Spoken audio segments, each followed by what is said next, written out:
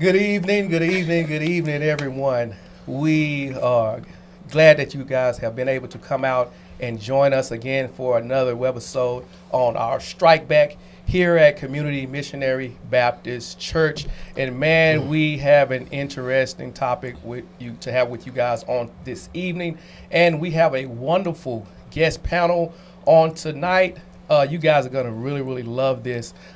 We want to just let you know that we are Community Missionary Baptist Church, and we are here in DeSoto and Cedar Hill, Texas. And we also want to say hello to our churches in Kenya and in India.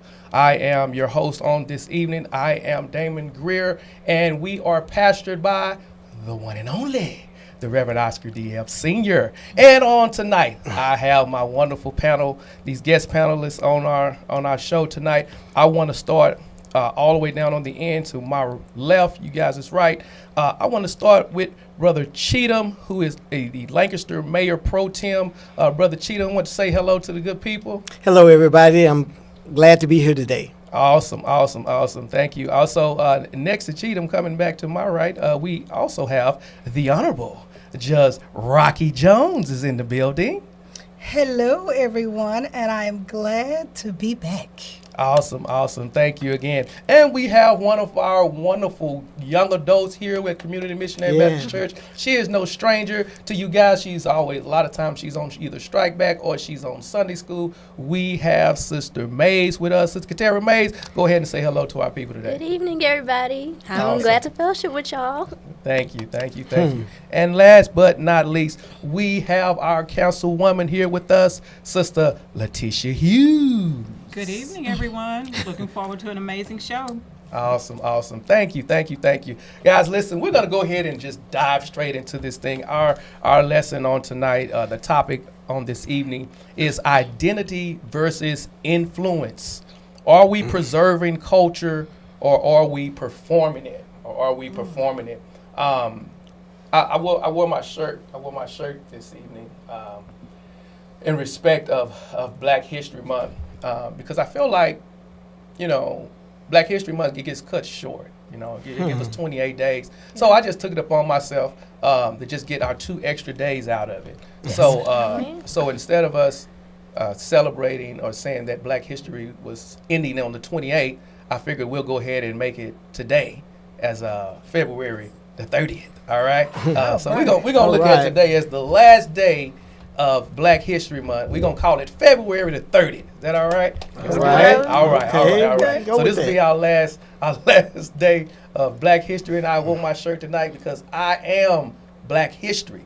And I think that as African Americans, no matter what you are doing, even if you're not in the limelight, even if you're not on a panel, even if you're not in politics, wherever you are, remember, whatever it is that you're doing, you are serving in the midst of Black history. So let's go ahead and explore a little bit.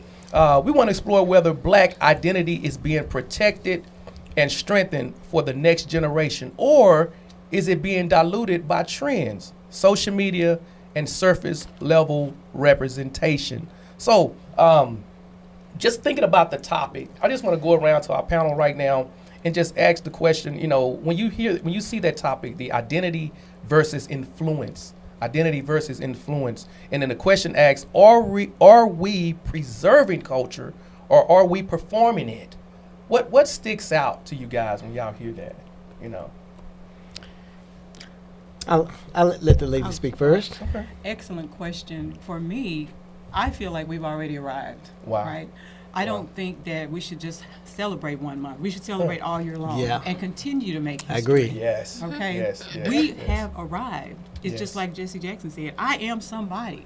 And we need to make that known. We should expound off of that. We should build off of that on a daily basis. Yes. I Yes. always let people know we are equal. Yes. It doesn't Yes. matter who you are, where you come from, your nationality, your creed, any of that. Yes. We're equal. We are the same. If you cut us, we bleed the same. So we should always be proud to be Black Americans and stand strong, stand for something so we don't fall for anything. Awesome. Thank you.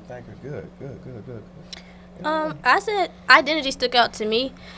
For some fact, just knowing who you are as Yes. a African American person, it takes you a long way.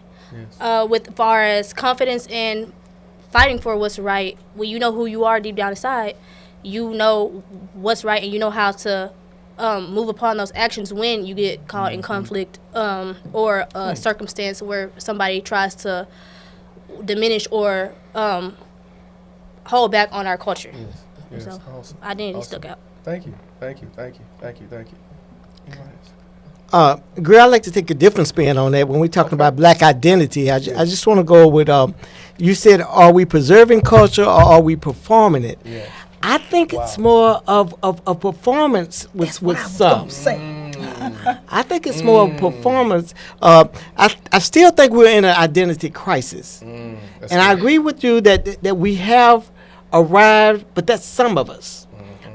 When I look at the generation that's coming up behind us, and their lack of getting involved in the last election, Yes.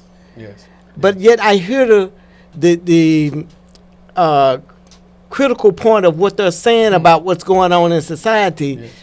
Yes. It bothers me. I think there's an identity crisis. I think, and I think social media has a lot to do with that. You can hide behind social media and say whatever you want to say, and we see that to me, that spirit that's in the land or that environment that's out there, that you identify, but you can say it, but you can hide. Wow. And you can't take the criticism that comes back to you. In other words, you won't say it to a person's face. So I still think we're in an identity crisis. We put up a mask to where we can say whatever we want to say. And before, again, you had to say it to a individual's face. Or, if you didn't like something, you said, but you knew they had an opportunity to say it back. Now, there are sound bites that's out there, and you don't allow the person to say back, but you can say whatever you want. So I think there's a crisis in the land now. I think we've gotten so stuck into the media and what it'll allow us to do. Well, I think performing. I think I'm not as deep as Reverend Cheatham is, but I think performing in the way that we like the fad. I think some believe it is a fad. We can wear certain shirts, we can wear certain things, and I'm Black Power, I'm down with the people, but I think we have forgotten that when we say preserving our culture, what about the fight to keep it? Yes. Right? What about That's trying good. to keep Yes. and make sure that we have Yes. civil rights, make sure we still have voting rights, Yes. make sure we have all those things. I think good. that it's a performance sometime, not a lot of people, but it's a performance that some people put on in society to prove I'm more black than you, or I know about the struggle. Really? So I think that on some level it is performative. Wow. Greer, can I go interject for something it. just real You're quick? good. I did notice, and I don't want the youth to think that I'm beating down on them, No, because you're there are good. some in my generation that didn't move or didn't march or didn't do course. some things. Of So, course. Of course. but I did notice lately within our city, the city of Lancaster, Texas, that the youth walked out of school the other day. And so they understand that there is some power, but I'm waiting to see what the next step is going to be. Was that a performance? Yes. Yes. Yeah. Or do they understand the power that they actually have Yes. by making that movement? Yes. Will That's this be a movement or a moment? Yeah. I like that. And to I like add that. to that, they need to know the purpose. Yes. They need to know what the desired outcome is and what they're marching for. What do you want to see from this? What do you want to see happen? It's got to be, a means, an ends to the means. You know what I mean? Wow. Wow, that's good. good. That's rich. That's Y'all really keep good. going I and know. going. I mean, this is good. I'm I mean, loving it. Again, and I think leaders come from that. Yes. absolutely. Somebody needs to Absolutely. bring them in and them in the fact that we didn't give them the wisdom. Say, hey, that's perfect what you're doing, but again, But what's the what purpose? What is the purpose? What's the desired outcome? There you go. And if you're patterning yourself after what Martin did, Yeah. after what Jesse did, Yeah. after the those that left the legacy, what was their desired outcome? There you go. Did they reach their outcome, and what is your outcome? And it's like, we want the next generation to step up and step out. So exactly. when we were talking about this, excuse me, last week when we were on the panel, and we were talking about, well, I was talking about how the TSU students, they had all actually marched to the polls. And it was very impactful. And I'm not a social media, Instagram, TikTok, X, with Twitter, what is it? Right. You got it. You was right. You got it. All those things, right? you got But people kept sending me stuff because it was some young leaders at TSU that were actually they were a part of the National Council of Negro Women chapter on their campus. And so when you say, are we going to have the next, Malcolm X, we're going to have the next MLK, or the next Jesse Jackson, well, you have some Shirley Chisholms in that crowd, right? You got some Barbara Jordans possibly in that crowd. And it was very impressive to see the older generation that was lining the streets, and they started getting in the walk with them. And the news came out there and they interviewed a few people, and they were like, how did you feel when you saw these young people in their 20s that actually marched from campus to the polls? And you saw the older generation, some of them crying and some of them going, they get it. Yeah. They understand. For them, so yes, we have the walkouts at school, which is awesome to know that even some of our members at CNBC, are proud to say, Judge, guess what guess what I did? Guess what I took part in? And I helped organize, Then to know, okay, it's going up to the college level as well. And as we're all saying on the panel, let's just hope that this movement keeps going. Let's hope this energy keeps Right. going, because then we will know that we did good. Yes. Yes. Is that grammatically correct? No, Yes. you're good. You're We good. received You can that. strike back. You can say You that. receive There you it. go. We received You that. receive it? Yes, Okay, ma'am. thank you. And I can actually piggyback on you Thank you. because I hadn't I just started learning my freshman year of college, and so I went to a predominantly Caucasian college, and seeing my friends who went to Howard, TSU, and Prairie View, HBCUs, and when I went to freshman year of 2019, so all of it hit 2020 with the Black Lives Matter movement, and so seeing my friends actually involved in that, they have programs at their colleges and all that's moving that was actually pretty interesting, because here I am, I knew what's going on with the world, but I didn't realize how it makes an impact for us. And so that right there made me take a deeper dive into getting into political with the culture and seeing okay, what's really going on. And so that right there, it did help. I will give HBCUs their credit for that in teaching us younger people of how important it is to vote and be politically active. And how you said with the performance with high schools, I can remember when it was voting time, they would tell us to place your vote, circle it, and all that on the ballot, but they really wouldn't go dive deep into it. So I didn't really have that knowledge of why am I voting. I knew I'm voting because of the Republican, Democrat, but I didn't have the knowledge of why am I doing this. They didn't really teach us. It was just to show we were voting, so they can post it in the yearbook and say, oh, they're doing this. We have them act. Now, It was would that more be performing. Performing. Yeah. That's good. That's good. So yeah, that's my insight on it from Yes, being that's a good. youth. Yeah. That's good. That's good. Let's good. Let's go, man. This is so good. We could stay here all night, but we have to move. We have to move. Listen, history has it has given us a sense of being able to survive. It has given us leadership, and has given us advancement. But the question now is, will identity give us sustainability? Will identity give us sustainability? So here's one of the questions we want to go, and I want to ask the panel: are we in a season of progress, pressure, and polarization? Are we in the season of that? Are we in a season of progress, pressure, and polarization? I would say, I think, personally, I think pressure. I think pressure. I think we're pressured. I think as a politician, those of us who are on the panel and our future, council person or judge, I think that we're pressured to perform.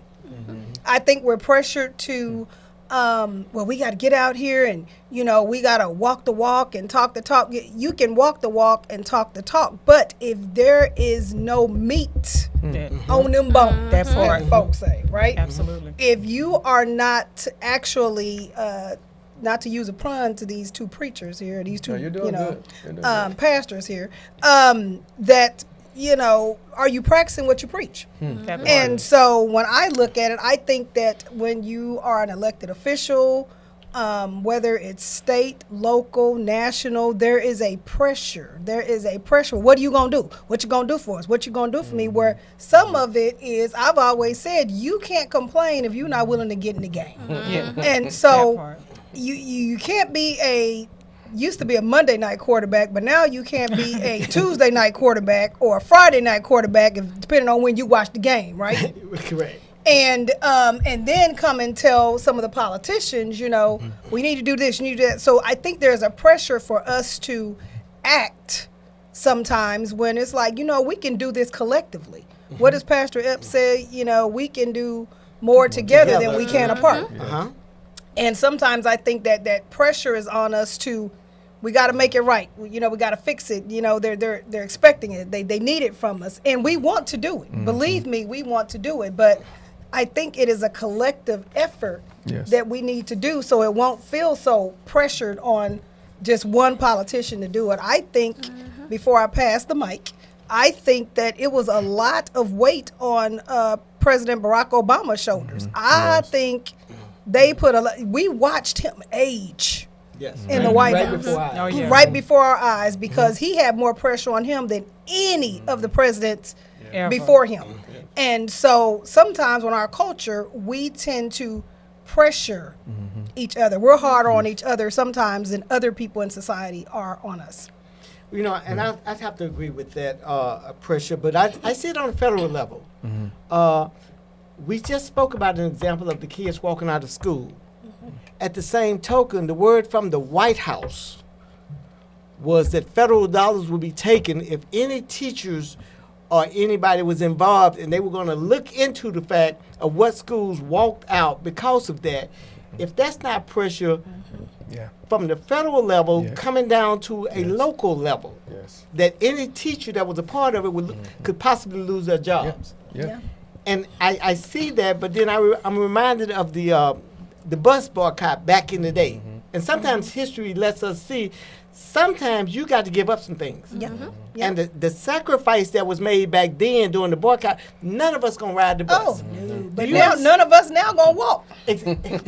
Exactly. So you got to know that again. What's the outcome, and how far are you willing to go, even when pressure comes up on you?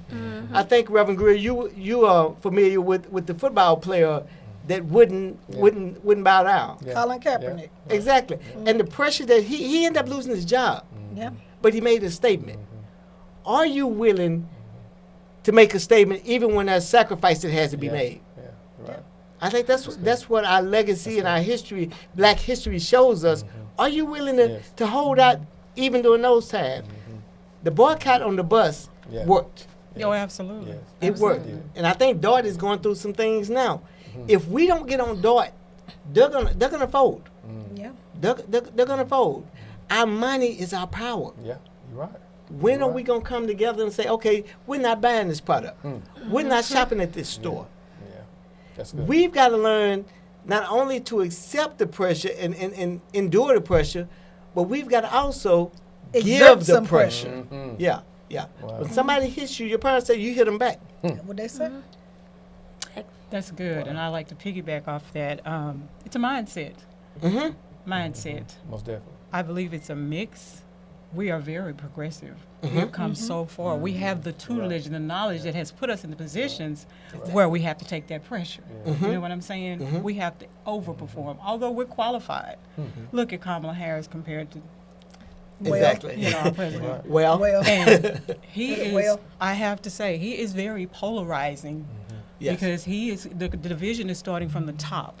You know what I'm saying? So the pressure is on us to try and find a way to to bring people together and let's be effective. Let's do some things that's really gonna make a change. If we're gonna step out there, let's step out with a purpose. Yes. Yeah, we know what he's doing up there, but let's try to make a difference down here. Maybe it'll filter up.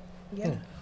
I want to ask a question because I know we speak a lot on where things were versus where things are. So I guess the question I want to ask is civic engagement, is it stronger now than it was 20 years ago, or has it become weaker? What would you guys say? Oh, I feel like I'm negative Nancy. No. Okay. No to I, what? I, Is I it say strong? You think it's no. stronger or you think it's weaker? I think it's weaker because back in the day, if we want to say back in the day, when we recall, you had NAACP meetings in the church. In the church. You had people who were risking their lives to even meet. That's true.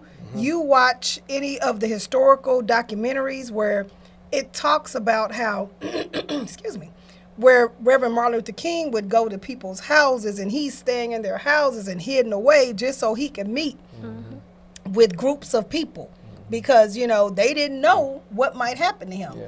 I mean, we have Medgar Evers who got shot on his porch, That's good. good. Because they were, they took civic engagement to another level. When you say, Yes. Reverend Greer, that people were risking, Yes. their lives, that was the ultimate civic engagement. Also, when you have Rosa Parks, who if you've read any of her, biography or anything like that, she wasn't trying to go out to Right. be this Of course. big poster, Yeah. but in her mind, she was like, the only way I can do something is to do something. That's it.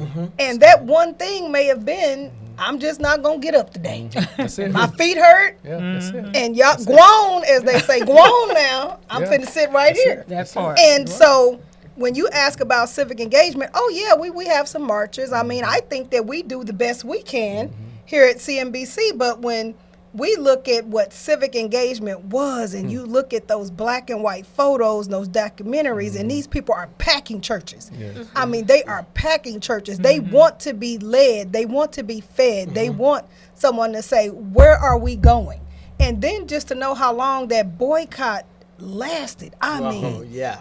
That boycott A lasted, year. yes. And these people walking to work and, Yeah, that's a doing long things time. that here we would not do. I dare the charge, as you said, Reverend Cheatham, stay off dark for a week. Well, now, I got to get to Walmart and, I got to go up here to the, so in my opinion, like I said, I don't want to be negative Nancy. I'm No, going to you're good. say yes to something tonight. I promise. No, I you're will. fine. You're fine. But right now, I think that our civic engagement is not what it used to be. But I have to agree with you. When you were speaking, it brought some things to mind that not only during that boycott did they stay off the bus, they went and picked each other up. Yep. I've got a Those who car, have- so I'm gonna come pick you up, and I'm gonna pick you up. I got some extra seats, and I'll go. If you're gonna stay off the bus, I'll pick you up and take you to work. Yeah. They still got the work done, but they came together. Yeah. Kind of reminds me of my dad's 91 passed last August, and he used to watch westerns. Yeah. And during the westerns, when they go out into the frontier and they approach enemy or whatever, they would circle up. Oh, circle the wagons. They would circle the wagon, You're right. put those that were helpless in the middle of the circle. Yes. And then those fighters would be along the edge watching out and with their vision on, I handle from here to here. Anybody that comes in here is within my range. I'm going to take care of them. Yeah. And you trusted the next person to handle his vision area and the next person. And I'm wondering, will we come together like that? Can we take a page out of that book and huddle up? Or are we segregated among ourselves to where what's happening in your house is your house, what's happening over here is in my house, and do we come together and vote? Yeah. That's good. Because I think, as Judge Rocky said, our vote is our power. You're right. Yeah. That's our Absolutely. word. Yeah. It is. One of the things I wanted to kind of like point out a little bit, I think, because when we talk about community, and by no means I've ever been just a big politician. I've never been like that. But one thing I've always said is that are the politicians, we talk about community, but are those that are in politics, are they still living in the community? Like, and how much of an impact can you really make if you're forcing, your name and your voice in a community that you don't even live in? So how does that work? Wow. Is that a tough question? Is that too tough? Just a little bit. I would have to say that it's about the heart of the person. That's You true. know, wow. if I- they're okay, I'd not, give if you they that are one. engaged, if they really want to make the sacrifice, if they're all about serving, they're going to make the time to be out in the community. That's good. They're going to go no matter how far. If it's within their region, their area, Yes. their zone, they're going to make the time. They're going to Yes. go because they're going to be That's good. genuinely concerned That's about the citizens. You know, if they don't, if you barely see them, unfortunately, sometimes that's about the title. Yeah. Wow. That's good. I like that. I like the honesty. Girl, I think she said I like the something honesty. pretty I like the important too. You have to have a servant's heart. Yes. If you want to find a true leader, That's good. he has to have a servant's heart. Yes. Because sometimes you have to sacrifice yourself and give to others. And I believe that's what we have here on this panel as well. Wow. None of us ran just to be a leader. And once you find a person's motive, then you realize, okay, you just want the position. Yes. And you Wow, don't have a that's servant's good. heart for the people. With a servant's heart, you'll give even when giving hurts. Yes. You take there's a part on our, we're all local, I believe. Yes. Judge, we're all local, and there's some things that goes on locally that people don't realize. I had a young lady, probably she came for a job interview today, and she said, "What exactly do the city council do?" Wow. And so I'm wondering, are we educating them That's good. on That's on good. what we do That's good. locally? That's good. I said, I like that. I said, ma'am, you know the street that you rode in, young lady, you know the street that you rode in on? Yeah. The potholes that you were, when you need them fixed, I vote for them. I vote for the money. The fire department, the police department, the 911 operator. I vote on their salaries. I say, your wastewater, your storm water, when water goes down the drain, I vote if there's a company that's coming in, you want Starbucks, you want whatever, they come before me to vote and see if they can get incentives to come to your city. That's good, man. I said- You're educating a lot of people. on Yeah. that, You know, man. and- yes. And I'm learning to do it one at a time. That's good. Because when you're in a big crowded room, sometimes the loudest voice gets heard and they're negative. But you have to sometimes block that out and stay humble and still get the message out to the people. That's good. And I think that's what we do here good. locally, is just trying to get the message out. But we also fight against the state because the state makes laws to try to take power from the local government. Yeah. And so some things is just out of our hands, and we like, okay, we got to go down there and fight here, yet explain to you what's going on. But when you love people and you have a servant's heart, you do what's got to be done. That's good. And I can That's good. piggyback on you because I actually just went to her 2 Sundays ago and asked her about it, and I was like, I saw that it changed about like the people, and me as somebody who's really just getting into politics, I was like, it doesn't have like who's Democrat and who's Republican and all that. She was like, no, they're separated. Yeah. And stuff, and I was like, oh wow. I'm like, but just little stuff like that goes a long way because here I am thinking, I might mess it, I might circle the wrong vote, but her just being realistic. Right. And That's I good. think it That's comes with good. a lot of That's with good. our generation where we criticize each other, we're afraid to admit when we don't know anything. That's good. Because Katara Wow. came, she said, well, That's good. how? And I said, well, this is a primary. So you're going to, it's going to be all Democrat or all Republican. And she looked at me like, and I was like, in the general election, that's when you will see the R, the D, or the I for independent or whatever. Yeah. But you were absolutely correct. Because she was like, Yeah. and I never think that, we got to show our math, because 2 + 2 is 4, but also 1 + 3. Like, and everybody, You know. I say, and our older people, That's good. and I can't blame them because they were taught, and so they think automatically Did that you know? we've got taught, and so but we That's- haven't. course. That's true. And so where we ask, or if they ask us a question, we're embarrassed to be like, they'll ask like, well, did you vote or did you do this? And we're like, no, well, why not? And so now they're thinking we're looking at like just because we don't care. It's like, no, we don't know. And so instead of, because we're scared to ask because of the feedback that we get and how we get stared upon because we don't know, like we should know it, when in reality we should, but we haven't had the materials and the resources from our our elders to teach us. And so we back off, and that's what causes a lot of where our generation now is like no, we're not going to vote, we're not going to vote. And it's like why aren't you going to vote? When you dig deep into it, you realize it's because our culture is not really as tight as like a glue as it should be, how you were saying how it was. And so Katera, good. Can I say something? No, yeah, go. She just brought something to mind. There's a young lady that has I think it used to be a 300Z. I'm not sure what the model is now. She has a Nissan, and brand new car, her first car. She is all glammed up and sporty and everything. She spent a lot of money on her first car, and she got on me because there was a pothole on the way to work. And when she found out that I vote for the potholes or whatever, and we got it fixed within a week. When she told me where it was located or whatever, we got it fixed within a week. But she was like, "Oh, I didn't know you did that." Yeah. I said, but that's what your vote. You did. She's in my district. She didn't vote at all. So I didn't get the vote. My opponent didn't get the vote. But now that she knows, okay, well, now I'm going to tell my mom to vote for you. I said, I need your vote. Tell my mom. Yeah, I'm going to tell my mom to vote for you. I'm like, okay, but I need your vote. That's what happens, and sometimes, education, Oh yeah. even though we getting Yes. it in school, Yes. it lacks the fact that how Yes. important it is. And so in the city of Lancaster, we're working with our LISD. We're working with them. We decided to come together and let's see, because all the citizens belong to the city council.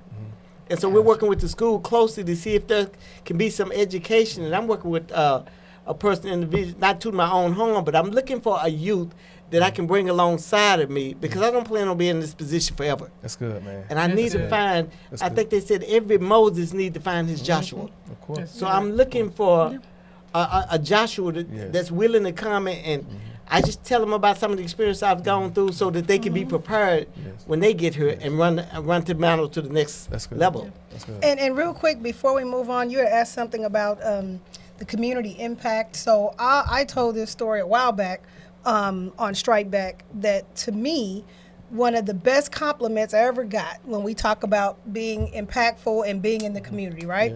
So I've had the pleasure of when Councilwoman Hughes first got elected, Wow. I had the pleasure of swearing her in. That's good. And then the second time. And I had to twist his arm. But she swore me in also. Yeah.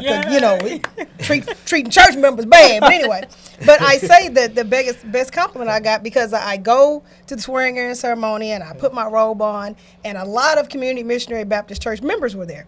And several came up, and they were seasoned saints. Several came up and they go, "You a whole judge? Yeah. You thought that was just This your what name. you We just calling do?" you that. And I said, "Yes, sir." And he said, "Well, all I thought is that you teach Sunday school and you sing in the choir." Sing in the choir. And I said, "No, it's what I do." And so I stayed and talked to him and his wife and some other members, and they were like, "I mean, you That's good. Yeah. actually Yeah. do stuff Yeah. in the community. Yeah, We this is see real. you Yeah. in Walmart. You See? you come It- and you do this." And I tell people all the time, that was the best, to me, the best compliment, because if all you know is, well, you only come to church when it's election time. Because we get that a lot, right? Yeah. Yes. Or I have had people say stuff to me before when they go, well, Judge, you must don't want no votes because you won't be coming to my church. I ain't seen you do the church rounds. And I said, well, that's probably because I'm in my church on Sunday. And so when you said, community impact, I wanted to be that type of person that when you see that representation, it is outside of the courtroom. Yes. Because I tell people all the Yes. time, the type of judge I am, felony district judge. You don't want to come in my courtroom unless it's for jury duty. So let's hope you see me out in the community, right? Let's hope that's the only thing you know about me is that, you know, I serve in my church and I do things in the community. So when you said that, I was like, oh, that made me remember, you know, that they thought that was my first name. Yeah. Wow. That's good. I love it. Man, you guys are on it tonight. Can I go back to that first question when you asked, Go for are it. we in the progress? Go for Are we it. in the progress? Because You that do it, was like a Patel. really good one. And I felt like both the progress and pressure, but I looked at it through a different lens. I looked at it as God telling us, like, we're one country, like how we're stand of one nation under God.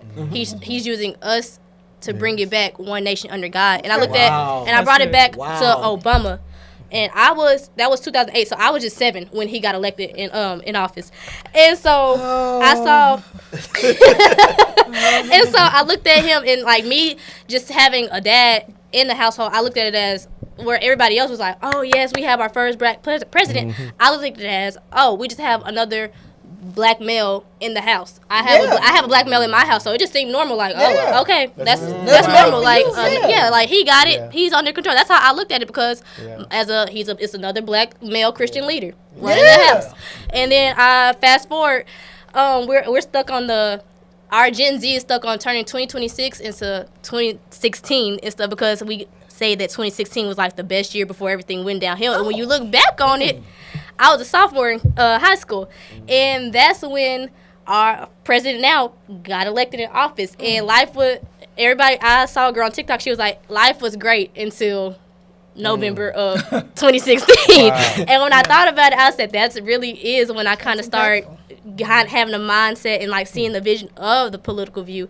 And so fast forward to now, where 2020, where we had to fight. God was putting that pressure on us, black people, to come together. And you see, when we came together and fought, we got the outcome that we want. And we kind of so with Obama, we kind of eased up when we got what we wanted. So he had to give us a reality check. He had to put that pressure on us, and then so we fought back and we got what we wanted. Yeah. And once again, we eased up and kind of fell back. Yeah. He put the pressure on us again. Oh man. 47.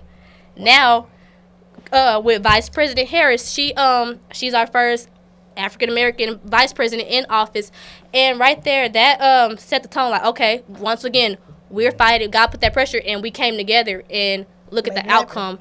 And even though within like her what she would consider a failure, like she failed us, even like with the failure and we didn't get the outcome we wanted and stuff. You think about when God, he doesn't give us what we want because has whatever he has in store for us is Something better. greater later. And you think about people like y'all black women are in empowerment right now, and then you think about Jasmine Crockett, how she's been going and like she's doing like a stellar job right now of fighting for us. And you think about it, God's putting that pressure on us because we eased off, and we have to have that mindset of, okay, when we get what we want, we can't slack off. We have to go back true. to our root. And so I just feel like that he's putting that pressure on us again to to have the final outcome of when we finally get it together and come together how our ancestors did. We're gonna go back to being one nation under God, and it's going to be the right way. Yes. And I think where you mentioned that's the word sustainability, and what I'm hearing from her is we've got to sustain it. You know, and we all recognize here, since we're all Christians, to whom much is given. There you go. Yes. God has required us to do much. Yes. Yeah. Yes. Absolutely. Wow. That is good. That's good. Guys, listen.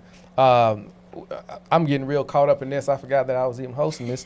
But I forgot I was supposed to tell you guys to go and like and share. And guys, if y'all have some comments, you can go ahead and comment on this on tonight. Sister Joyce Britt says that it's unbelievable that folks still don't understand the value of voting in today's climate. It's one small thing that an individual can do to help change the tide. Wow. Phyllis Hamilton says it like this. She says, we need a class at the church to teach people. That's where we get ready to go. We need a class at the church to teach people about politics. You would be surprised how many people that doesn't know what the responsibilities of any of the positions in politics are. Awesome job. Listen, and right after that, that's the question we're going to get into on tonight.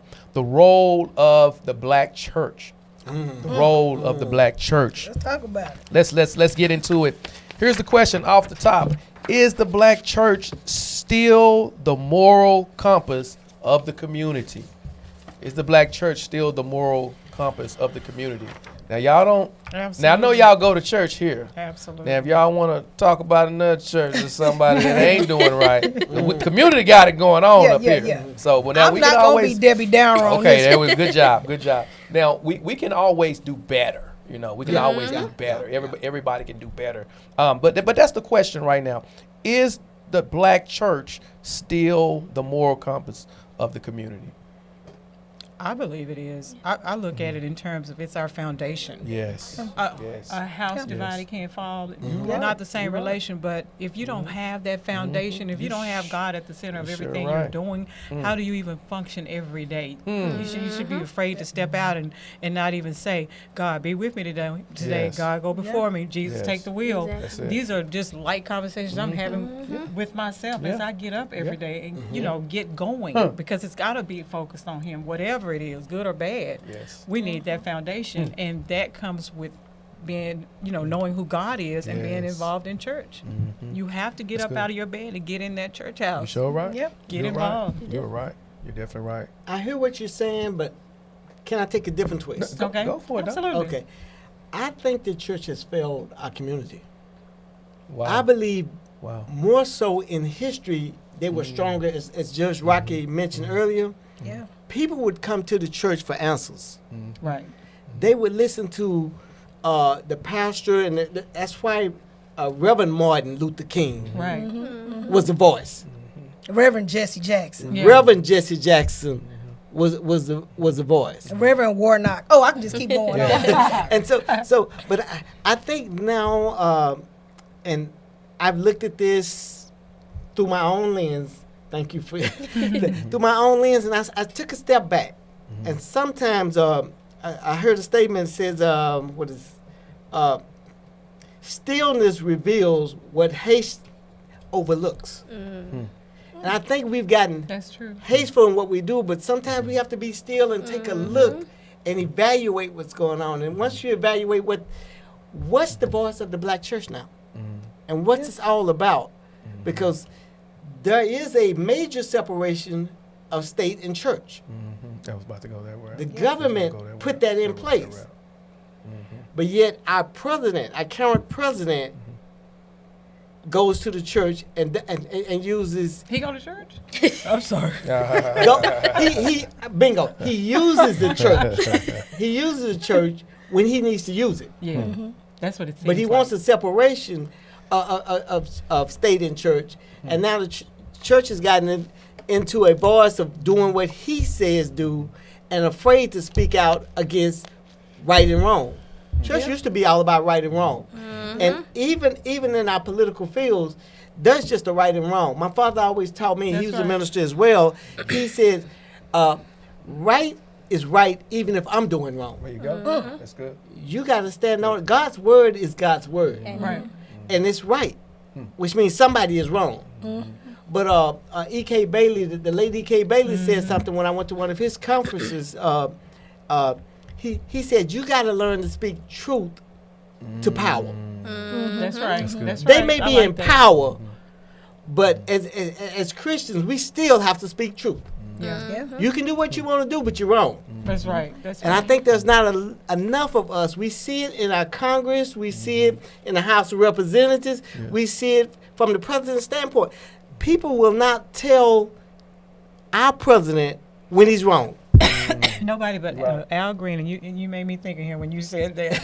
Yeah. And so I think that's why they're afraid of Congress Lady Crockett and some of the voices that's out there. I'll let you guys talk. Man. Yeah, I'm sorry. and I know you. I'm getting riled up. You cooking. You I agree because I feel like people underestimate our president, and like yes, he does dumb. They call him dumb and all that, but at the end of the day, you have to realize he's smarter than what he. Just because he acts one way, they don't realize that he's smart. So that he's smart enough to use what he does to manipulate and have the taxes, that's why education and all this is important for us. And he knows how powerful we are. So that's why he's trying to block everything, because when we're powerful and we're educated under, we know how to twist it and to make it right and to use that knowledge in a way where we don't be aggressive, or how they say we're aggressive and like we're just rambunctious. We know when we have that knowledge, we know how to transform it. And that's what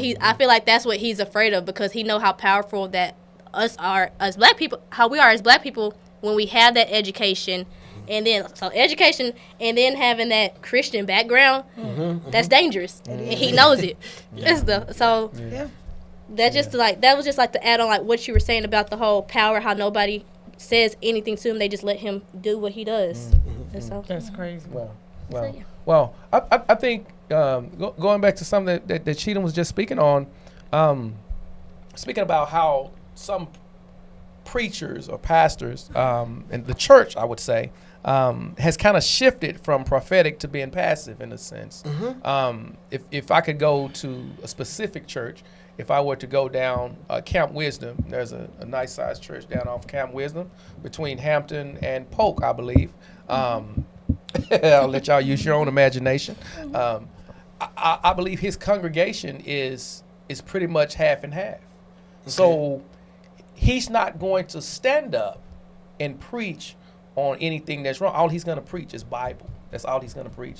He's not going to, I've never seen where in that congregation, he's never going to stand up and say us, because that's not all us in there. So has the church shifted? I mean, has the black church shifted from the prophetic to just being passive? Because you guys talked about the preachers being at the forefront.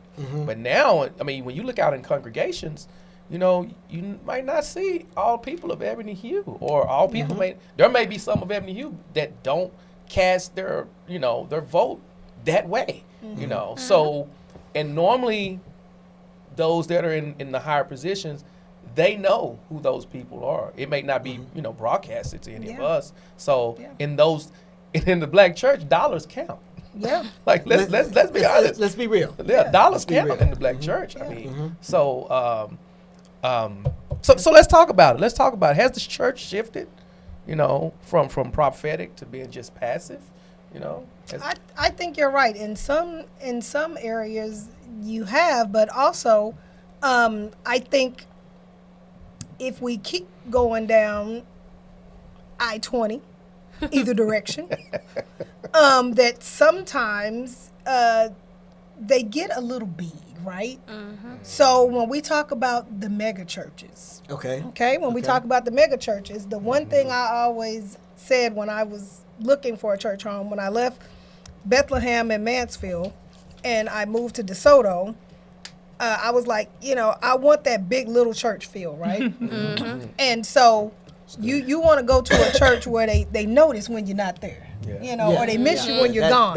Now, that only works if you are actually active and working in your church. If you're going to come sit on the pew, you can't be mad that don't nobody know that you're not there if you're not, active and working in church. But I say all that to say that when I look at some of the mega churches, when you ask the question of moral compass of the community, or if we've gone from prophetic to passive, some of that does start at the top. We have seen in some situations and circumstances that you can't even get to your pastor. How are they going to be the compass and be the leader, and people say, this is who I want to follow, or this is who I want to be my compass, right? When they can't reach them, they can't talk to them, they can't touch them, they are kind of removed, right? Because if you look at, as we say, not call no names, but if you look at the TV on Sunday, depending on what channel you got it on, and there's a man in Houston that if I wanted to have a motivational speaker, there you go. maybe as you say, your father, I need some word. I need some meat on these bones here. And so when I look at has the church strayed away from being the moral compass, or have they become kind of passive? I think the answer has to be yes, Yes. because That's you good. know, churches are a business now. They are a business, and they will tell you now, I got to keep these lights on. And some of the people, as you say, you know, they might know who I can't offend this particular person because There this you go. person You're right. is making sure they pay their There you tithes. go. Yeah. You know, whereas back in the day, Yeah. if your toes got stepped on and your that was feelings it. was hurt, that's just what that was. Yeah. And we hate to say it, but back then, what do they say? Sunday is the most segregated day of the year. Yeah. And it was. I mean, not that all of us want to be inclusive and not exclusive of people, but if you look at how some of the change was made, it's because all those people sitting in those pews did have the same you.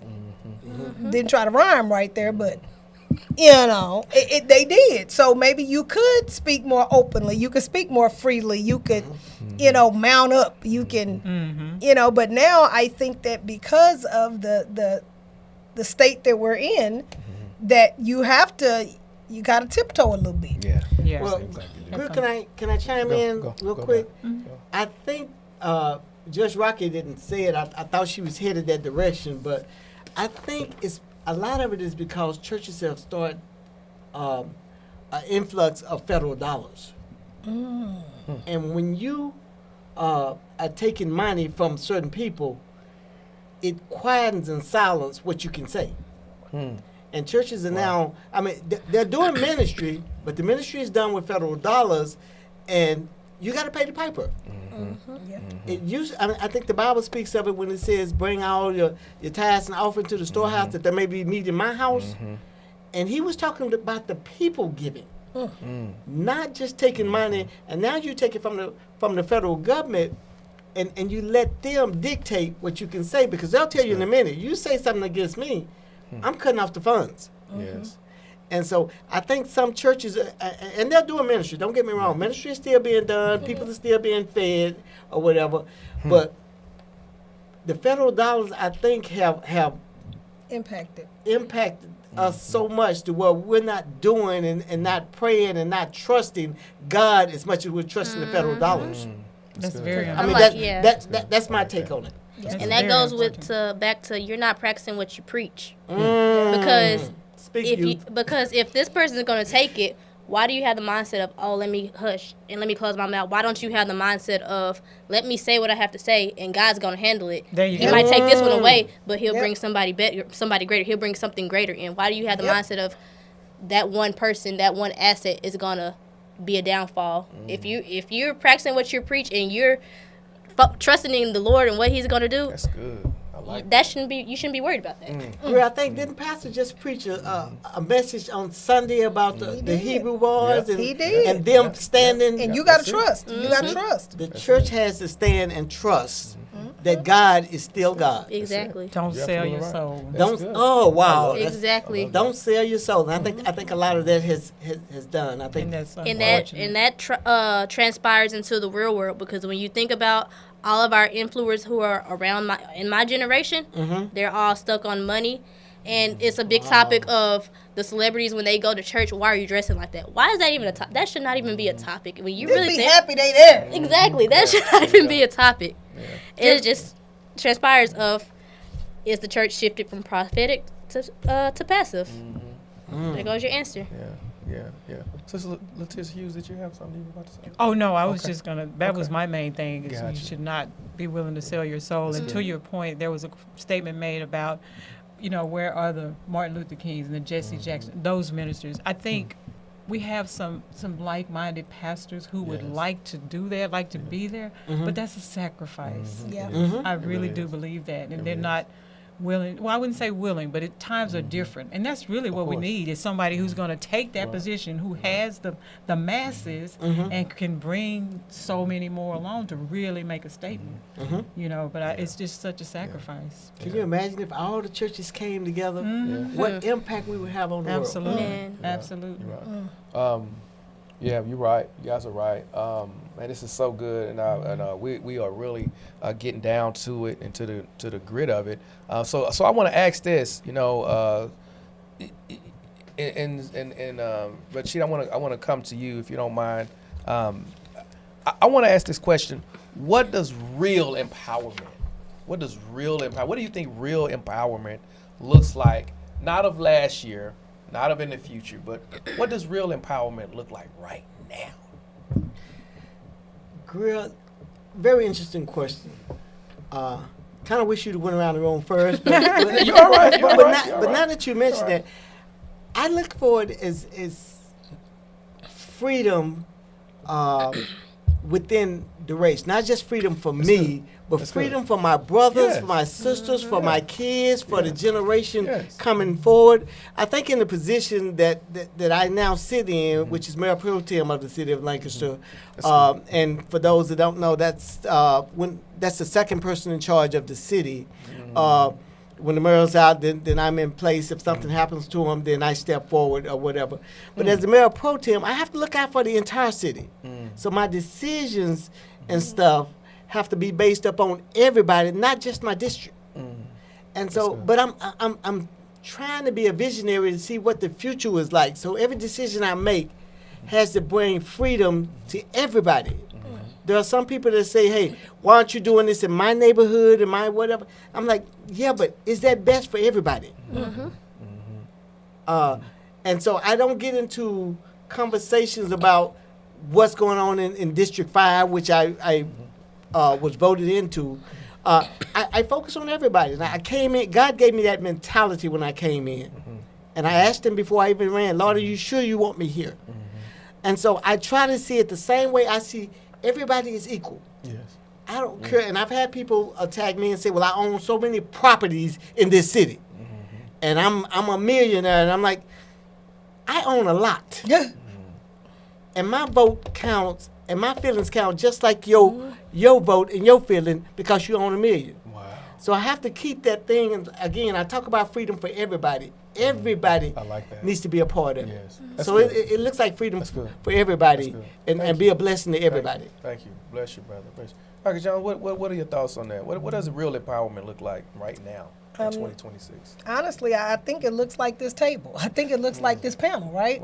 Because if we don't make that change at this level, even something simple as Katera saying, well, maybe we do need to educate my generation. Maybe we do need to Yes. have these tough conversations. We need to, look out, and this is very simple. Real empowerment looks to me that every youth knows the Negro National Anthem. All right. I'm going to put it out Oh, there. I'm yeah. going to say it. Oh, yeah. Because when Katera said, well, sometimes we're just embarrassed to say, hey, what is this? How do we do that? What do we?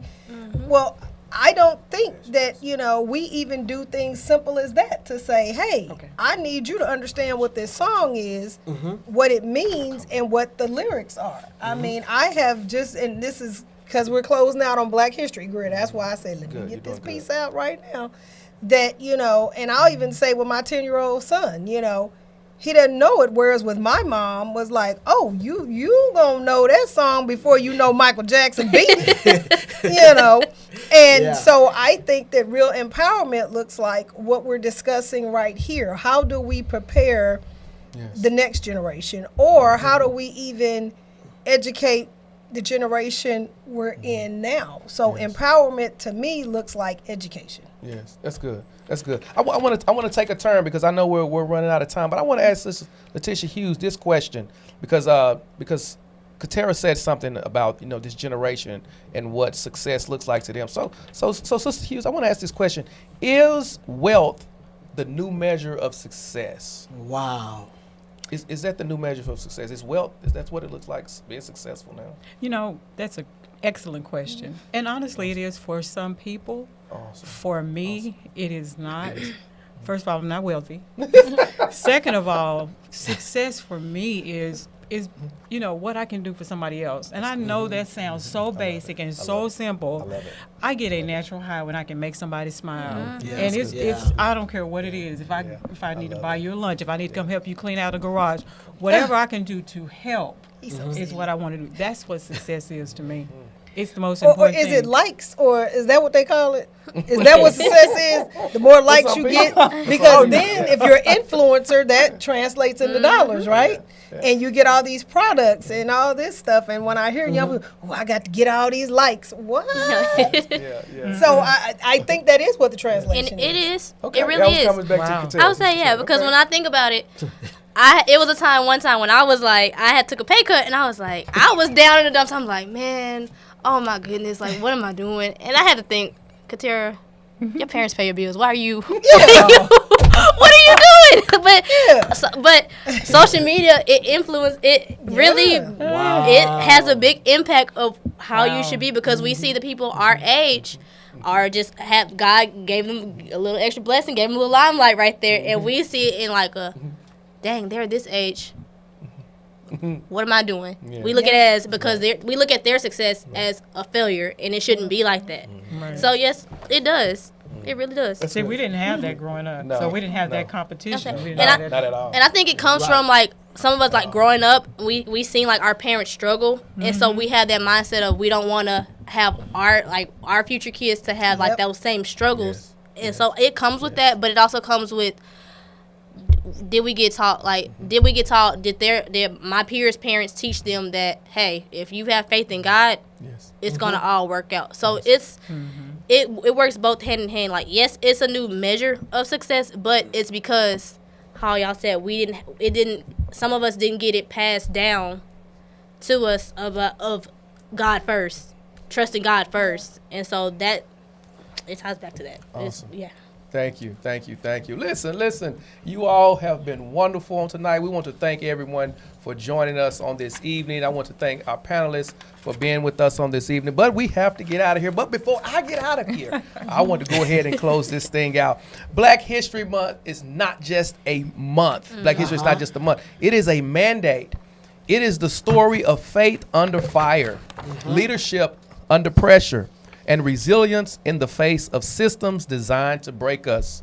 But we are not only under pressure and resilience in the face of systems that are designed. We are not only we are not only descendants of struggle, but we are architects of the future. Come on now. The question is not whether progress has been made.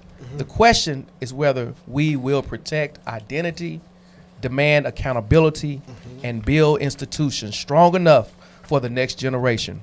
Legacy is watching. Let's make sure what they inherit is stronger than what we have endured. So again, we want to thank you for joining us on tonight for our episode of Strike Back. Again, we are Community Missionary Baptist Church located in the heart of DeSoto and Cedar Hill, Texas. And we are pastored by the one and only Reverend Oscar D. Epps Sr. Y'all having a blessed night.